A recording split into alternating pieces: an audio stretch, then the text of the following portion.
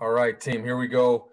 We're finishing up the day with an expert panel roundtable that Nate Shaw from the Arizona Diamondbacks is going to moderate for us. Looks like everyone is hanging on strong here. So we appreciate it. I know it's been a long day, a lot of learning, a lot of taking notes, but I know Nate's put together an all-star team here to keep our interest and to talk about some of the current topics in our industry and from some of the experts around. So Nate, you have it. Take us home. All right. Can you guys audio check? Can you guys hear me? Can I get a thumbs up if you can hear me? Yes. Cool. All right. I'm still waiting for, let's see, if you're on the panel, you've raised your hand. Can we get those guys in here? I'm still looking for Bradford Scott, Dustin Clark, Joe Sierra, and Robert Butler to be let in. They are all let in. I see Bradford Scott. I see Dustin. Awesome. I see Robert, Michelle, and Joe. Full team. Okay. Well, awesome.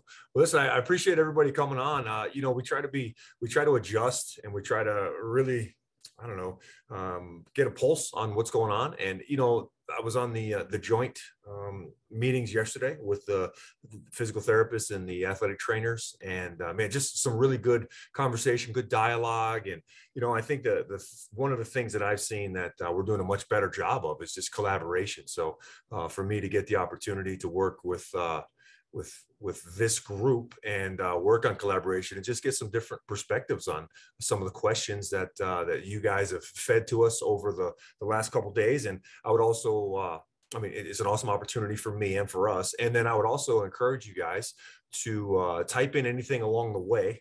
I've got some questions from the last couple of days that have been brewing, and we're going to go from there. I think we're going to start off just kind of a different format than some of the roundtables. We got some new guests. Not everybody has spoken today. So what we're going to do is you got about a minute, 2 minutes or something like that, maybe less if you want.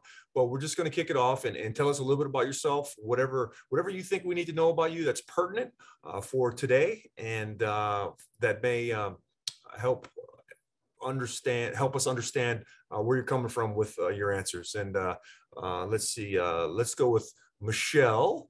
Do you know how to, okay. Sometimes I get a little nervous about all the audio buttons. I apologize. You are clear for takeoff, Michelle. What do you got? Thank you so much, Nate. Good afternoon, all. So I'm Michelle Riccardi. I'm the Director of Nutrition with the Arizona Diamondbacks. I'm entering my 6th year with our sports medicine and performance team.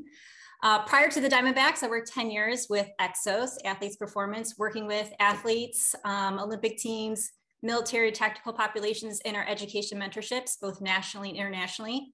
And before coming to Arizona, I worked with the Cleveland Clinic. I worked with both our Department of Nutrition Therapy and Cleveland Clinic Sports Health. And there I had the opportunity to not only work in outpatient care, but also with our NFL's Cleveland Browns, the Cleveland Cavaliers, and at the time, the WNBA, the Cleveland Rockers.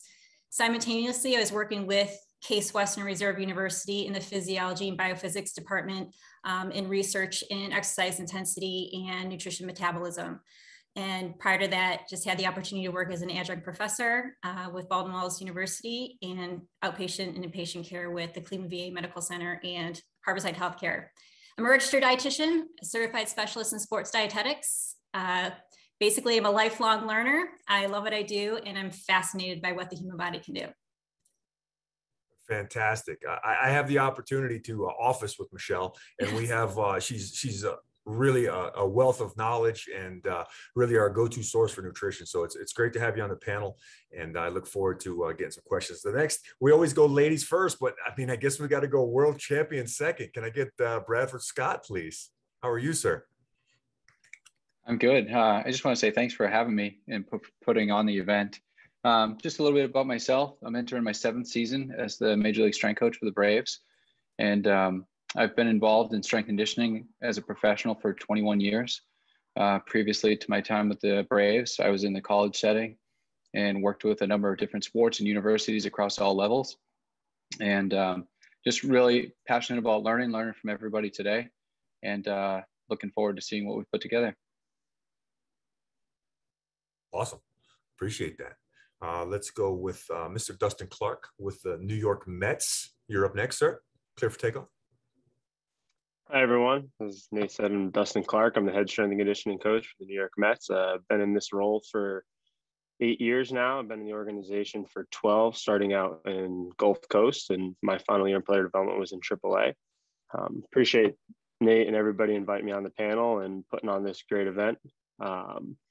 Previous to professional baseball, I was in collegiate sports, working from everything from college football to the Olympic sports world. That's it. All right. Thank you. Some people make fun of me because of my air traffic controller headset. So naturally, I'm going to go with Robert Butler and the bow tie next. Go ahead, sir. Thank you. Yeah,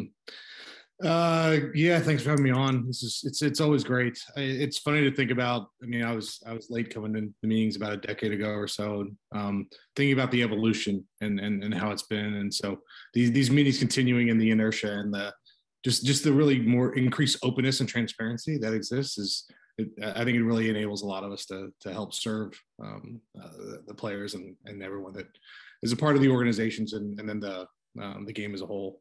So Robert Butler, I serve as the director of performance for the St. Louis Cardinals. I've been in that role for 6 years. Before that, I was at Duke University, being a professor and doing research in orthopedics and sports medicine, background in biomechanics and physical therapy as well. Awesome. And then the last member of our panel, but certainly not the least, Joe Sierra. Give us what you got. Yes, I've been with the Yankees for 9 years. Going into my 10th year, I'll be the performance science coordinator. First 4 years, I started out as an affiliate strength coach. In the last 5, I've kind of been in this sports science role. Originally was a strength coach in college. Brad probably doesn't even remember beating me up in the West Coast Conference when I was at Santa Clara. But yeah, so excited to be on this panel and kind of hear what everyone has to say.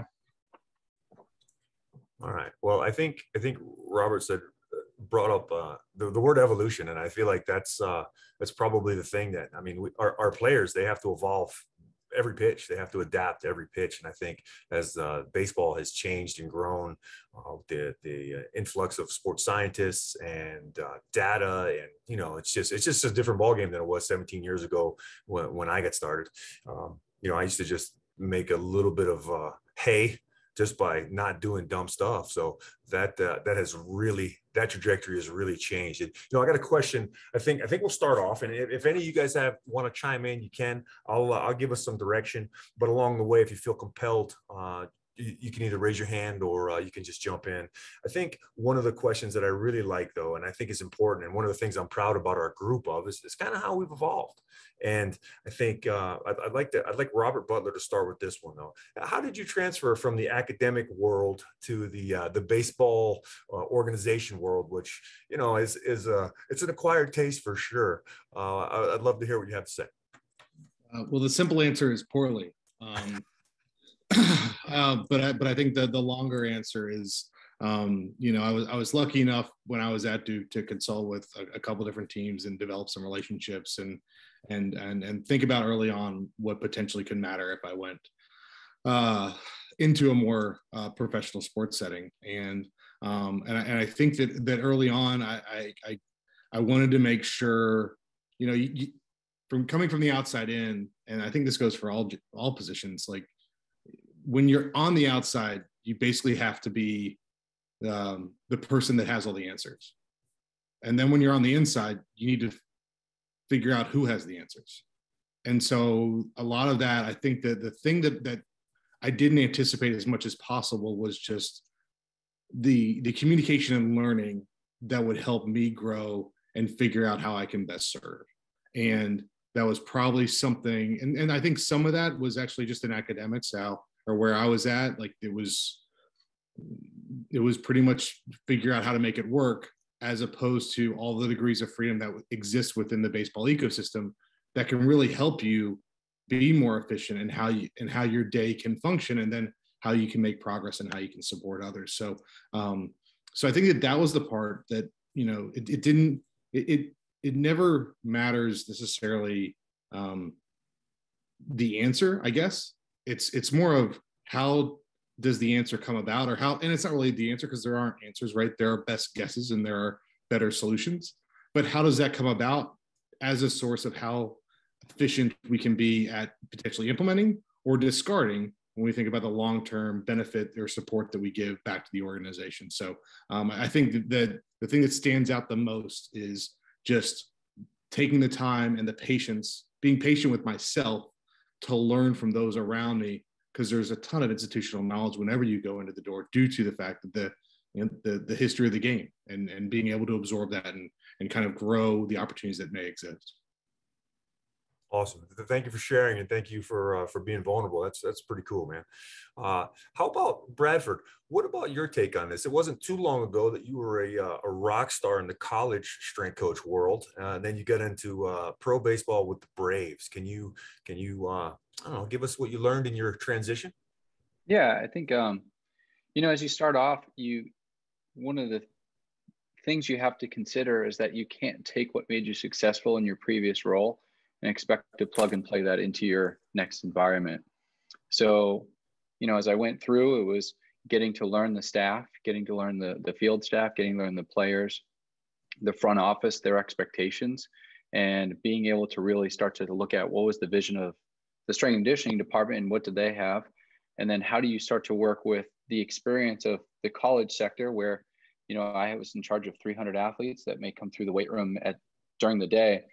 And you've got 15 different teams running and they're all running different programs. And then I think that skill set and that generalist approach there, and you've got all these different hypotheses and best programs and practices to fit all the different cultures of the sport. Well, now you have to learn the culture of professional baseball. And then you also have to learn the cultures of, the Latin American players and the culture of the team and how that shifts and changes throughout. And then look at what are the simplest of things that you can do to improve that fit with that particular culture. And I think, Robert said it best too, is you have to be very patient. You may come in, but as you're going through and establishing kind of your role within the organization, being patient. I always say you're hired for change, but the rate and the magnitude of the change that you make will determine your success and how long you'll stay there for. If you come in and you try to blow up everything that's been done before with these grandiose ideas, you're not going to last very long. And I don't think you're getting a lot of buy-in from the different facets and the key stakeholders, the players, the front office, and ultimately your staff as well. That's a really good answer. I want to hear from Michelle on this. You're a salty veteran now, right? But when you first got into baseball, we've had a lot of turnover in the PBSCCS. We've had a lot of new strength coaches coming in, and we have just the nature of the game is just change and adjustment. And, from your perspective, being in the weight room, coming from I would say kind of not necessarily an outside world, but a really close world, but maybe a different sport. Like what was your take on it? And give me 2 or 3 things that you did that kind of helped you manage it. Well, we collaborate together as a sports medicine and performance team. So it's, taking a temperature check of like, what do we really need to get done first and prioritizing that. And just as was just mentioned, it's really patience with that process. So some of the priority items needed to get done first. So with the roles that are the RDs, some of that first priority items was establishing relationships with the players, the player advisory council, and putting systems into place for the home clubhouse and each of the clubhouses on the road for setting up, improving the fueling systems for the athletes that can not only help support performance, but the recovery and, managing things like repair and inflammation throughout the season. So those are some of those things, as well as not only educating our athletes through the nutrition assessment, nutrition plan of care, but also our athletes, our staff members. Are we speaking the same language? Are we giving the same simple messages that we can help support the athletes get the simple things done really well, so that when we're playing 162 games over 6 months, that we can help support the longevity of the athlete throughout the longevity of the season? I think it's a really good point. I mean, I think the longevity of this season is probably the understatement of this whole talk. And I was just to say, until you've been on a bus ride, or you've been, in the minor league somewhere, or you've been on that plane at 4 o'clock in the morning, you're really not qualified to give any advice. And you obviously for sure have earned it. And I think that's a great answer. Joe, what are your thoughts? Yeah, I think providing value to the athletes, to the coaches. I think Bradford put it well, where you can't come in and try to change the world. So it's like each year, how can you get a little bit better? How can you show a little bit more value? I think kind of coming from the strength conditioning world and being at the affiliates and being on those buses that broke down and showing up at 6 a.m. and what did they experience, and then being able to translate that to people that are way smarter than me and PhDs in biomechanics, and kind of work as a team and try to give that information to the staff members and then also the players, I think is the key. Really good. I guess you know what, Dustin, let's see what the Mets guy, you've been over there for a little while now. You're not a young buck rookie anymore. What are your thoughts on the transition that you had when you got in there? Was it what you thought it was going to be, or was it totally different? Yeah, so coming from college sports, it's definitely a completely different realm than professional sports and even professional baseball, obviously. So transitioning from big time college football into professional baseball was eye-opening. It was eye-opening on every level. I say those are my first initial experience in pro baseball was Gulf Coast League. Walking into that weight room and walking into that situation made me take a step back, and I always say I appreciate those times the most because I kept my eyes open. I listened a lot, and I didn't say very much. I just looked around and I learned about the culture. I learned about what baseball was all about, the field staff. It was a new sport for me, and obviously I'm dealing with a different type of athlete. So my time spent in Gulf Coast was one of the most important times for me in my career. And then as I worked my way through the minor leagues and AA and AAA, learned a lot on those bus rides. I learned a lot on that travel, and I learned to be flexible and be open to a lot of different things that aren't traditionally taught from a book. You got to think on the fly and learn throughout the whole process. And then I had the opportunity to take over the major league role, which in itself was a great opportunity in one of the biggest markets in the world. So it was an exciting opportunity. I was a young strength coach in a very big city. So it took a lot of time for me to listen, keep my eyes open, not change everything as soon as I got there, and understand and try to develop and build the system. You guys were very supportive of a young strength coach coming into a new role. So that was very helpful for me. But yeah, that was about my story right there. Oh, that's great. Why don't we're going to a little bit of a shift, but kind of along the same wavelength. Like we've talked about there being transition. So you get new, you get hired, you're in right now. What does the training look like? You know, what are the things like, how do you integrate technology into the weight room, and how do you go about doing it at either an individual level or a pseudo individual level, or, you know, what's worked for you? Yeah, so like you said in the beginning, I've been in the head job for 8 years now, and it is a completely different landscape than when I first started. When we first started, it was a lot more about sets and reps, and you're under the rack. I mean, it's more traditional type things that you would have seen in a typical strength and conditioning weight room. Prior to my time in baseball and college sports, I worked in a biomechanics lab, so I had previous experience with force plates and Vicon and all this different technology. But it's funny how things come back around, because you never really truly expect to see that on the practical end. You always read the white papers and everything like that. So bringing it back in 2015, it was a slow process, because everybody says you got to earn the trust of the players, earn the trust of the room. And it's true. You can't come in and absolutely completely flip and change everything that they've known. And it might be things that they're not comfortable with. So the way we've integrated technology is it's been a slow drip process across the 8 years I've been here, integrating force plates, integrating something simple as just anthropometric measurements, you know, and just making sure the consistency is there, because the players have to buy into what you're trying to accomplish. And if they don't buy in, you're not going to end up with the result that you're looking for. And then as far as individualizing the program based off the technology and all that information that we're getting in, like I said at the beginning, we weren't collecting all this subjective information. We were looking through some foggy goggles when we were going through. It was typically the coach's eye. You were just sitting on the floor and you were sitting back and understanding the players and situation.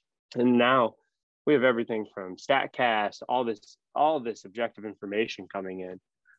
So we take an analysis of the game. We understand what the needs analysis of the game that they're playing, which is baseball. And then we take a needs analysis of what that individual is looking for. So we're looking at every aspect of it, from force plate information to anthropometrics to all these different things coming in. And then we have a subjective view where we talk to the players and we look and see what their needs are and what they want from the program. And we do a comparative analysis and we kind of derive that programming for that athlete based on all of those different factors.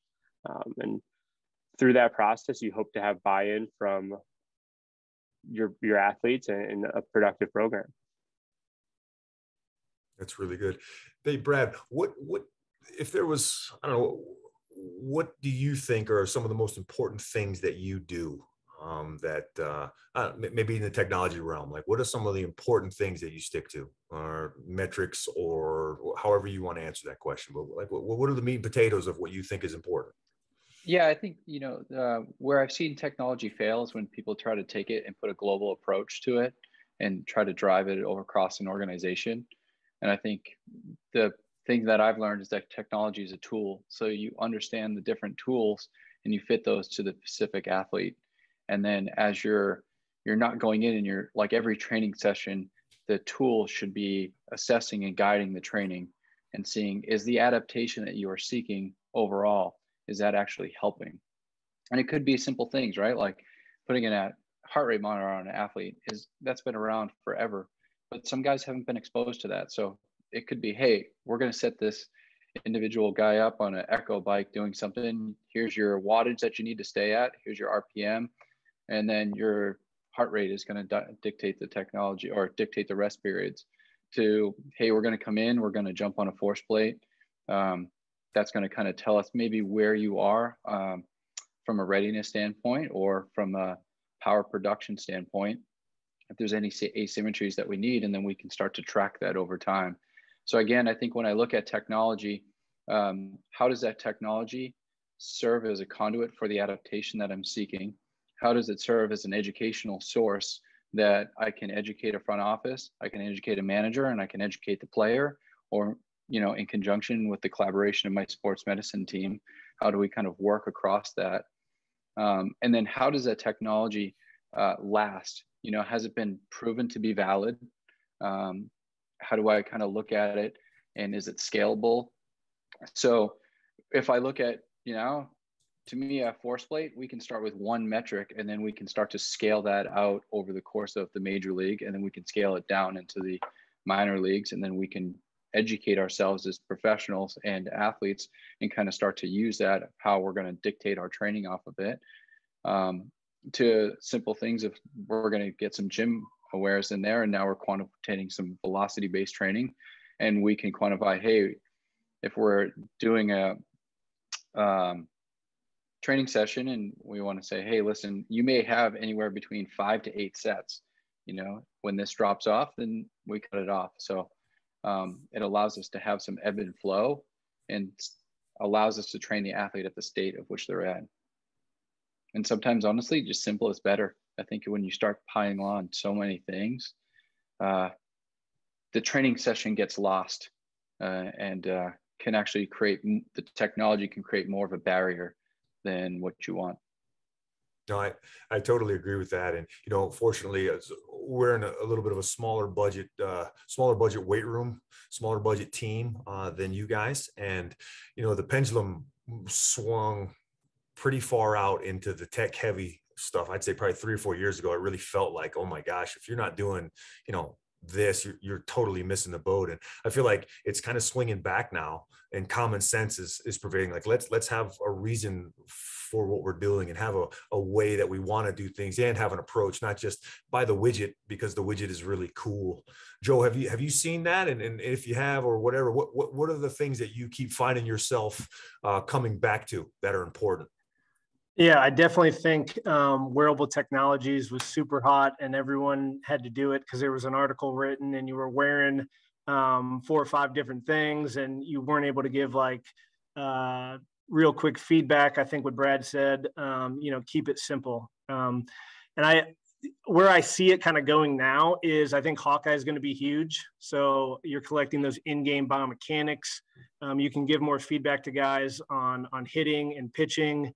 It's non-invasive, you're getting it. So I think that's kind of the next frontier. You're seeing teams build motion capture labs now. You're seeing a lot of biomechanists get hired in baseball. So I think the less you can do, the simpler you can keep it, and the quicker you can give the athletes the feedback, the better. I like that a lot. Mr. Butler, what's your take? So first, were you saying people make fun of my bow tie like they make fun of your headset? No, I see. I'm not aware that anybody makes fun of my headset. I just thought they thought it was the best audio in the league. So I was merely saying that your bow tie game is unbelievable. I was waiting for you to break out with a little like Material Girl or something. Like that's the number. I don't have any spin tables. I just have a keyboard. I like that. Arizona. So it's funny because I think a lot as I reflect back on where I'm at and where we can go and how I can best serve.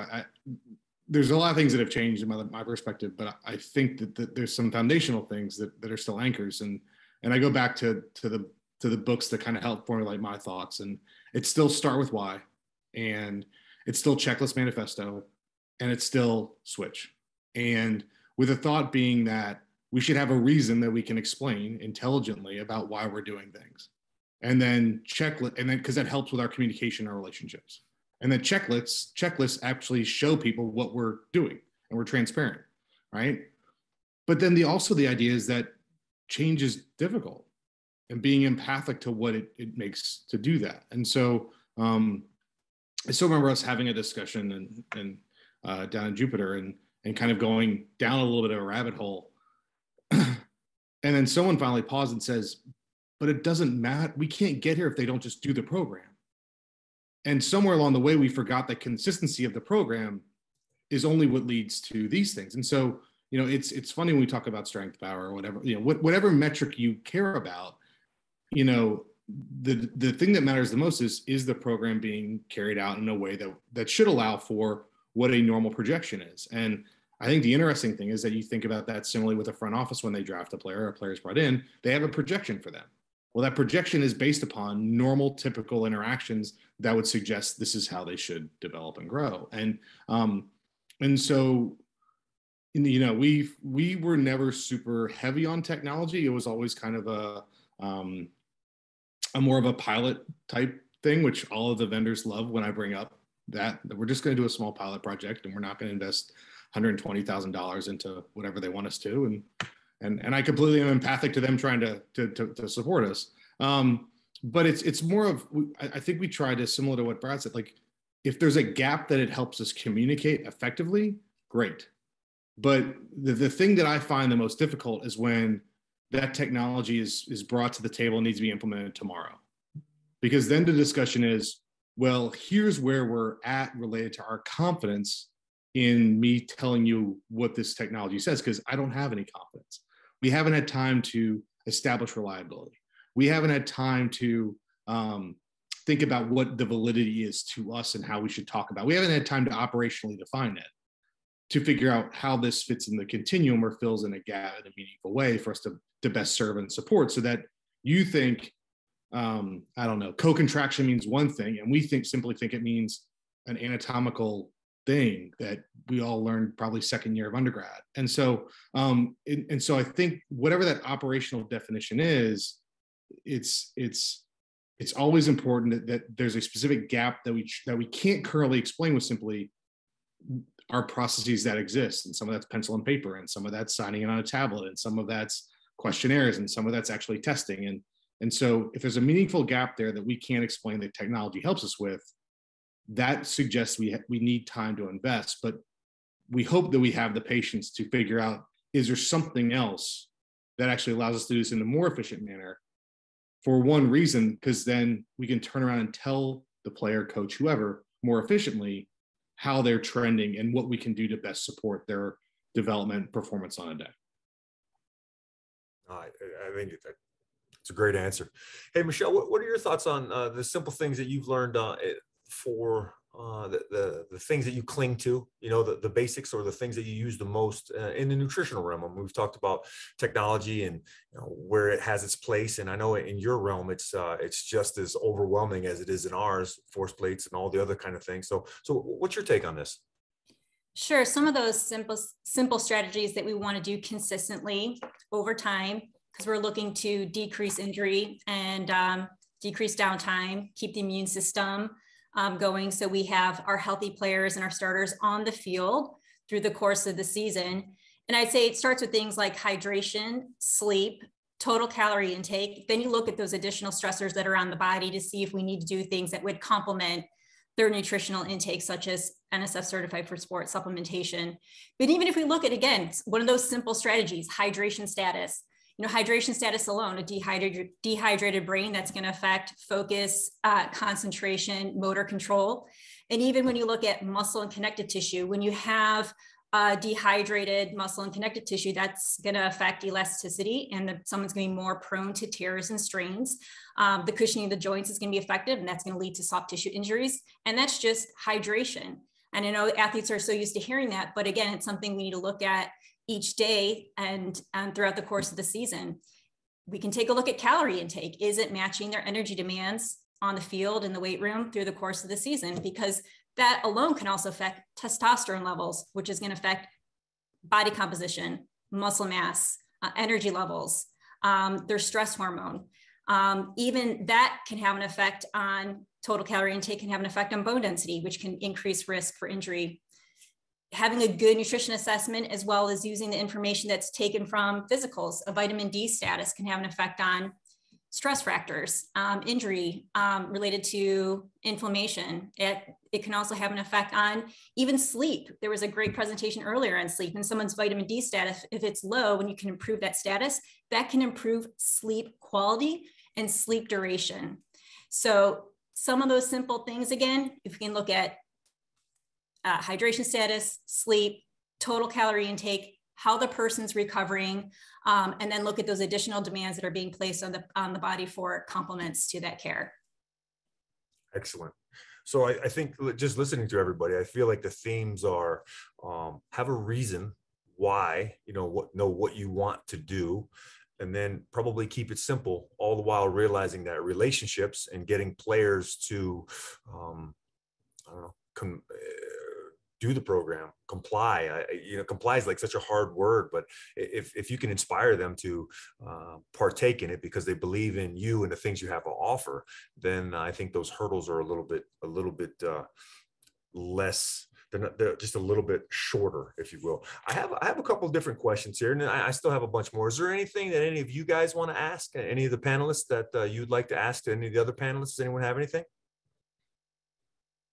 Okay, no worries. If anything comes up, let me know. You guys, the participants, if you guys want to type in any of your questions, please go ahead. I have a list. We're good to go. But if you want to jump in, you're welcome to. I had a simple question from Will Gilmore, and he asked, he's just simply, he's like, what do you guys think is best? Is it block periodization or undulating periodization, and kind of in that August range, in that middle of the season where we're in the middle of the grind and we're headed forward? So I'm going to leave that to the smart guys. Does anybody want to jump on that one right away? All right, Brad, looks like you're up as a world champion. Your opinion matters the most. So I think as you go through, you have to look at the athlete itself. There's no right or wrong. As you're going through, would I be going through a block periodization point in August? Probably not. But I think, are you kind of making sure that you are using the data and tracking and testing from your force plate data, and kind of starting to look at hey, where are we? How are we managing fatigue is just as important as the load that we're putting on the athletes. So when you're getting into late in the season, the game and the chronic load of the game is starting to stack up. So looking for really strong adaptive changes in the organism and in the player is probably going to be a little bit harder, to get. So I personally look at more of like a vertical integration approach where you're kind of working on lots of different qualities for the athletes. And honestly, how do you, at that period of time, is your training program instilling health as opposed to performance? And the two have to go hand in hand. So as you're working with that athlete, what's the travel demand, that schedule, the overall systemic stress and the non-specific stress is added up quite a bit. So you have to take that into account when you're selecting the periodization protocol for that particular athlete, for that team, for where you are in the season. And so it's kind of, I don't think you can pick one versus the other. I think there's a multifactorial in what you're trying to get to. And the level of the athlete, right? As Michelle alluded to, what are the things that are supporting that program that you've put in place? Because it's just a small piece of it. Are they getting the sleep and the nutrition and the hydration? And do they have all those other things in place? Kind of determines, hey, what can this person handle and what is going to work well for them? And if I'm tracking their progress throughout, then I know I'm on the right path. I think Bradford did a good job there, kind of explaining. It depends, right? It depends, and it depends on the individual. It depends on where you're at in the season, and when you sit back and do an analysis of the schedule and where you're at, and the accumulative fatigue that accumulates by the time you get into late August and September. That's the challenges of professional baseball. That's the one thing that was eye-opening for me, is just the day-to-day, the grind of it and the expectation. And this is where, for me, technology helps. Not just technology as wearables, but information that's coming in from the game the night before, and that affects the sessions that night, and it affects the sessions the next day. We look at it more in like a 4 to 7 like little micro block, where we'll adjust training based on the next 4 to 7 days, and we'll approach it in that sense. And we'll use different periodization models for different athletes, and a reliever versus a position player. And so it's not a cookie cutter type approach. There's a lot of different things that factor into it. Excellent work, Dustin. Hey, Joe, what's your take on, he used the word the microburst there, and just kind of looking forward or predicting, and in the world of periodization, what would be your answer for Will if you have a block versus undulating, or, and what's your take on workload, and what do you do to manage it or measure it, or is there any secrets that you're willing to share to the panel? Well, I think my boss is listening in, so I can't give too many secrets out. But I think like our job in the performance science department is to try to provide as much objective feedback, objective numbers to give to coaches to make those decisions.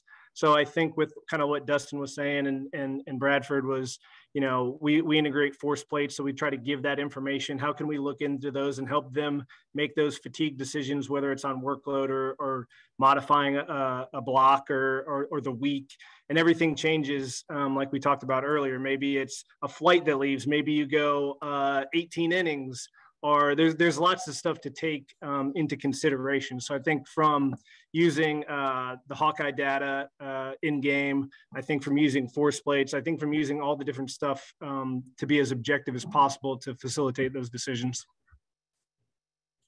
Makes a ton of sense.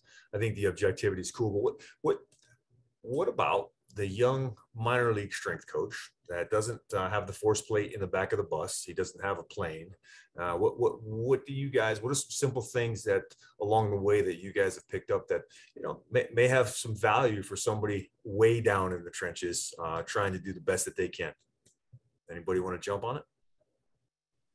Yeah, I'll take that one. Although granted, Joe and Dustin probably more boots on the ground than I do, but I think the thing that seeing consistently is it goes back to the basics, right? Like when in doubt, have some idea, like, don't just think about today, understand whether it's a 4 and 7 as was discussed, or obviously kind of going back as well, have a sense of, the program that the strength coach is trying to have the athlete or support the athlete with doesn't have to be done today. Right. And I think that sometimes we all get tied up and we've missed this, we've missed that, we've missed that. Well, did they play the game and how did that go? And then what else kind of goes around that to support how they perform in the game? And in all the discussions that we've had with different coordinators, it never comes from a bad place, right? They just want to do their job and they feel like that's their job. And at times we lose a focus of the goals to support them for the game. And then we believe this is the best way we can support them. But if things have to happen that fall in place related to what the day is, whether extra infield work, extra whatever, okay, it's not that we knock it away. It's not that it's not important. It's just, how do we figure out what the next set of time holds? But it all comes back to, okay, what's the foundational information? Well, I don't have a body comp. Well, how much do they weigh? Right? Like, I mean, so much of what August is, are these, particularly the younger athlete who has a hard time on their own, trying to figure out their dollars and cents and figure out their meals and have enough caloric intake, like, how does that tie into the hierarchy of the needs for that athlete for that day, and talking to them about it's the more holistic part of their development as opposed to any specific part. So I would just bring it back to, things done consistently well with some appreciation for what's done around that. Unfortunately, can lead to a lot of success. And I think that the times where we get stuck a little bit is when we try to make it more than it is. And that's not that it's unimportant. It's just that it's part of a bigger picture of development. Sometimes, what's the quote? It might be easy, but it's not simple, or it's simple, but it's not easy. Like, the fundamentals, they never go away. Like all those books back there behind you, like you got to read to be smart. You got to put in the work and do the fundamental things. Does anybody else have anything they want to add on that?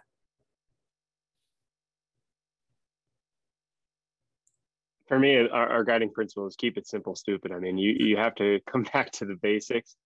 Before all these bells and whistles, first and foremost, strength coaches, and we're in this field because we're coaches and mentors. We have eyes, we have ears, we make educated decisions based on a lot of things Robert talked about. It doesn't have to be, it doesn't have to be eccentric rate of force development. You don't have to have all these big terms. Like, it could be something as simple as body comp, anthropometrics. It could be something as sitting in the dugout and watching the game and understanding what has actually happened, because I think we do forget about that with a lot of the bells and whistles and all these shiny objects that are around us. When it comes down to it, you have to be a coach and you have to understand, be present. Being present. That's a great word. Great word.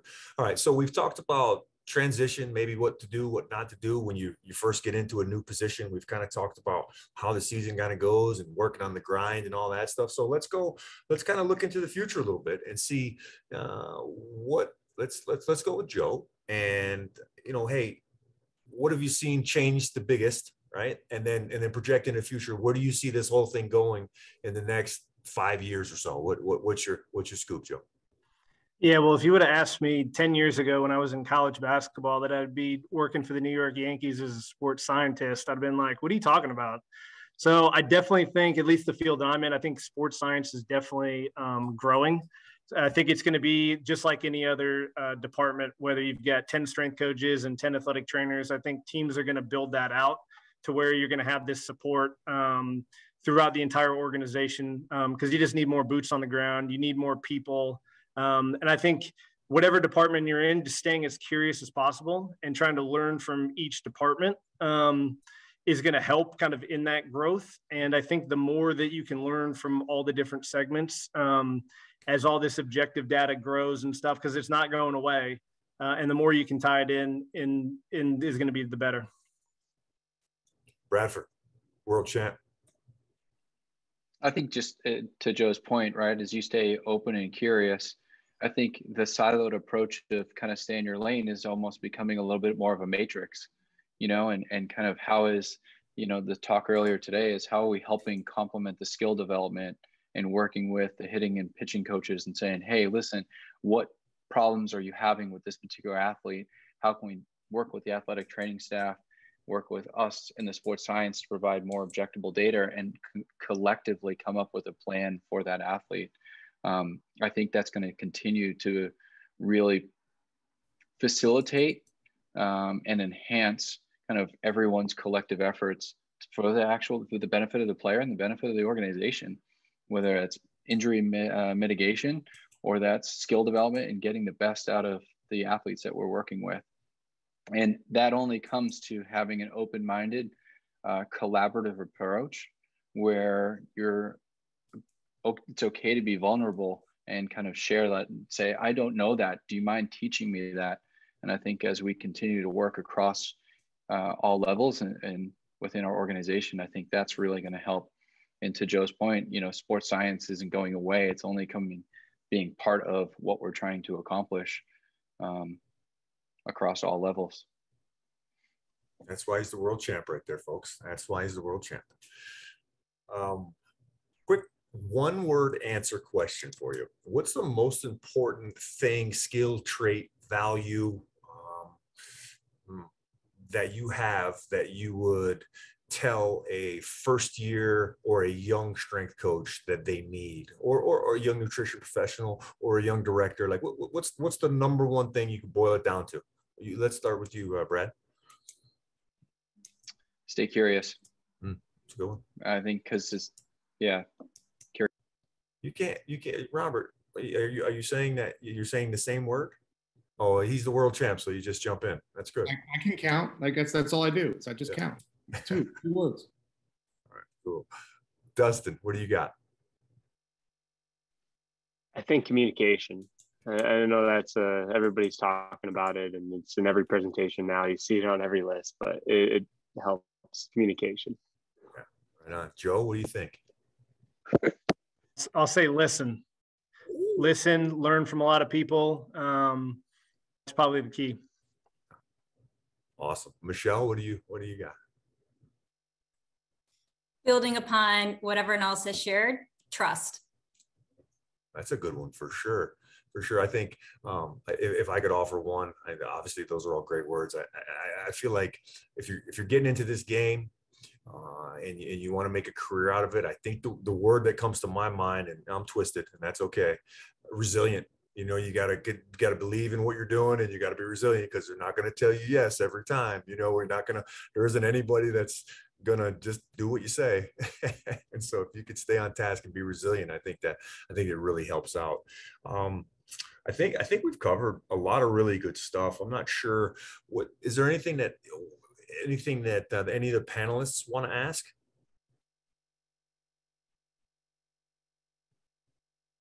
All right. Well, listen, I've got a question from a dear friend and a former major league strength coach. And he's asking Mr. Brendan Hutman. He said, what's one outside the box idea that you have but haven't put into place? Let's start with Michelle. So let me repeat what you just shared. One outside of the box idea that hasn't been put in place but would like to do. Yeah, like one thing that you got that you're kind of just chomping on the bit to do but haven't pulled the trigger on yet. Well, as we take these steps forward, we're building upon that foundation and those priorities that have been set in place. I am just eager to get into those deeper dives for nutritional status of the athlete, because I think it shares such a story of what's in the arsenal of the athlete, what their energy reserves are like, what's their injury potential or injury risk like. And again, that resiliency across the season, we can learn a lot. Knowing the athlete, knowing the changing physiological demands that are taking place based off of the athlete's physical status, medical status, injury status, and recovery status, I think can tell us a lot. So I'm excited about that. All right, let's go. We're going to go with the world champ last this time, okay? Because he already has all the secrets and knows everything there is to know. So I'm going to go across my screen, which has Joe. Joe, go with it. Well, I was kind of waiting for the world champ to give me the answer to piggyback that off. I don't know if outside the box. I think the panel has kind of been clear on trying to keep it as simple as possible. And like I said, I think the markerless motion capture is kind of where it's all going. So I think being able to deliver reports and in-game fixes on what's actually happening in the game is where it's all going. So I don't know if it's outside the box, but I think it's new and definitely the next frontier. Right on. All right, I'll take that as an answer. Mr. Robert Butler, go ahead, sir. I had this idea one year that we'd make all the dugouts like horizontal. I haven't got a lot of support from my front office to go more into extension as opposed to flexion. But from a reality standpoint, it's a little bit less architectural. I think I'm working on thinking about how do we educate more on behavior change and how we can think about behavior change more and what can elicit that. But then you go back to, are we doing things simply, right? And so, what's the matrix that gets us to figure out how do we create behavior change in people who have certain different, personality trends, and I think that's something that is on the horizon, but we, certainly, have not gone kind of all in on. Dustin. Yeah, I think I'm going to piggyback off Joe a little bit here. I don't know if this is too much outside the box, but being in pro sports, there's obviously a lot of restrictions with the players and different things that you can do. And I think the information we're collecting from in-game and all the things that we're learning about the game of baseball and things that we thought were from just a coach's eye and being able to see it, now we're actually learning about it. So just diving deeper into some more facts about the game. All right, Mr. Scott. I think the technology side of markerless motion capture and the phone, I think your phone is actually going to be something that's really going to enhance where we're going and the simplicity of which we're getting information to really help kind of drive change and in a way that can be scalable, and you could use that all the way down. I think the phone and kind of where technology is going and how mocap is going to come up within the next 5 to 10 years, I think is going to be huge. And I think from outside the box thinking, just in general, I think we all have to do a better job of like, what are other sports doing? What are other businesses doing? What are keep an open mind and look across multiple fields and learn from them. So I think that's a really valuable point, and I love the non-ego associated with that. That it's okay to not have the answer, and I think as much as it is cool to look to others for answers, I feel really strongly that, man, we do a really good job with a lot of things. And the one quote that comes to my mind is, "Don't throw the baby out with the bathwater." Like we've all been doing. There's some things that we're gripped to and that we still have to do. And I think somebody said it. You still have to do resistance training. We still have to work out. We haven't got an app for that yet. And, I think relationships are big. And if we can continue to build relationships, communicate, and, evaluate, like a nice little debrief at the end of your session or the end of your year or whenever it is, just keep sharpening the tip of the spear. I think you guys have done a fantastic job as panelists today, and I really appreciate you guys coming in and helping out and answering all the questions. Is there anything that any of you feel like you'd like to say before we head out? Michelle, yeah, I was going to say, click your little hand button, and boom, she got it. Go ahead, Michelle. Yeah, because I'm curious, and we've got a great group up here for the panel. What's one area of personal success that you had this year, whether it's a big obstacle that you overcame, or maybe like a personal success that you had with your team that you're working with, or with an individual athlete? All right, Joe, you got it. I like it, Michelle. Yeah, I think giving more feedback to the players more frequently. I think early on in sports science, it was exploratory. There were little case studies going on. And I felt like this year we were giving reports to the players, what Bradford was saying with the digital content, pushing it to their phones, being more around. I think not just giving information to the organization, but I think improving the relationship that our department had with the players was a success. Robert Butler. I think we really took some steps forward with just taking the time to be patient and listen. I think if anything, the past 18, 20, whatever months this has been, it's allowed for time for discussion. It's allowed for time for interaction, to learn, to hear stories, and to figure out how can we collectively move forward. And so I think one thing that we instilled with our group was, let's figure out what needs to be sent out or what needs to be communicated, because there's a lot there that maybe historically we've been just so monocular on. Dustin Clark and the New York Metropolitans. Yeah, I think the last 2 years, the last 2 seasons have been some of the most trying times, both personally and professionally, that anybody's ever experienced. I mean, we were going to work and you didn't know what to expect, whether you're dealing with mandates or lockdowns and all these different things, living in a pandemic, you know. And I think this year, trying to get back up on our feet and live life a little bit more normal and within the clubhouse, I consider that a success, you know, because the guys weren't used to a lot of the things we were asking them to do. So just getting through the year and trying to get them back to their normal while they still have to perform when the lights come on at 7 o'clock was definitely a success for us, I think. Other than ring size, Mr. World Champion, go ahead. I would say, you know, I was really proud of my staff, you know, and like our team overall.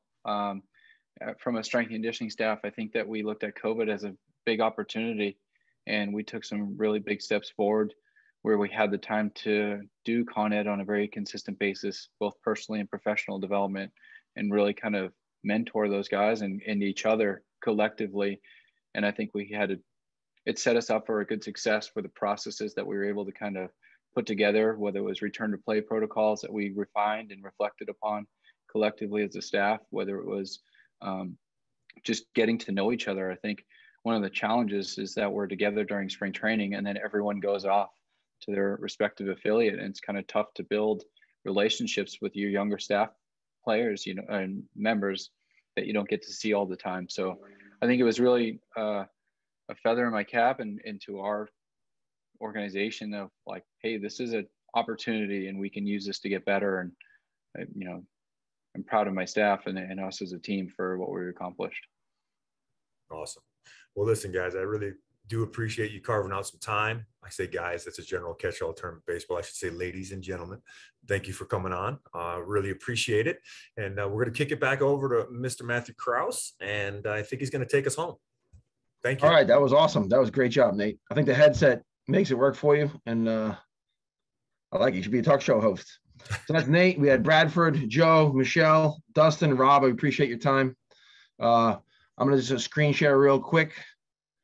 Just give you the breakdown for tomorrow. Listen, be back 9 a.m. It's Central Time, right? So that's 10 o'clock Eastern Time, and I think that's what 7 Pacific. Nate, you're not. You're Mountain. Yep. 9 o'clock Central Time. We'll do the math. We'll do the trade show in the morning. We'll knock it out, and then Frank will jump back on. We have 4 more hours of education to complete an awesome weekend. And I appreciate everybody, and I will see you tomorrow. So thank you very much.